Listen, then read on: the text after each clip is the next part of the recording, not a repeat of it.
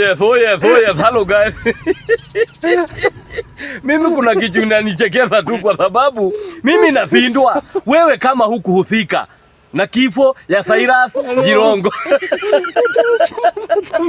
Kama hukuhusika na kifo yake, mbona unajitetea? Jamani, mbona unasema ati mambo ya kimila? Ati imepitwa na wakati. Mambo ya kimila imepitwa na wakati aje? Imepitwa na wakati umefikia ati tochi itawekwa kwa kaburi.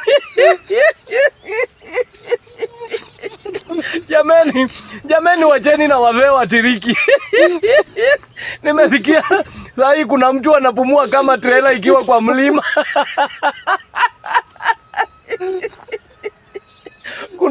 Kuna mtu anakaa karibu na choo. Hadi mumeanza kusema ati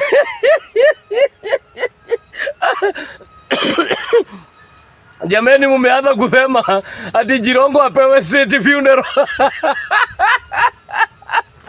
Ndio tochi isiwekwe.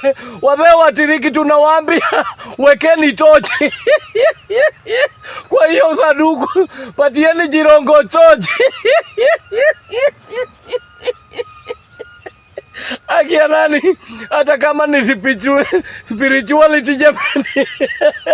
Iya tochi jamani imetisa wengi. Kuna watu wamestuka. Tochi lazima tuweke.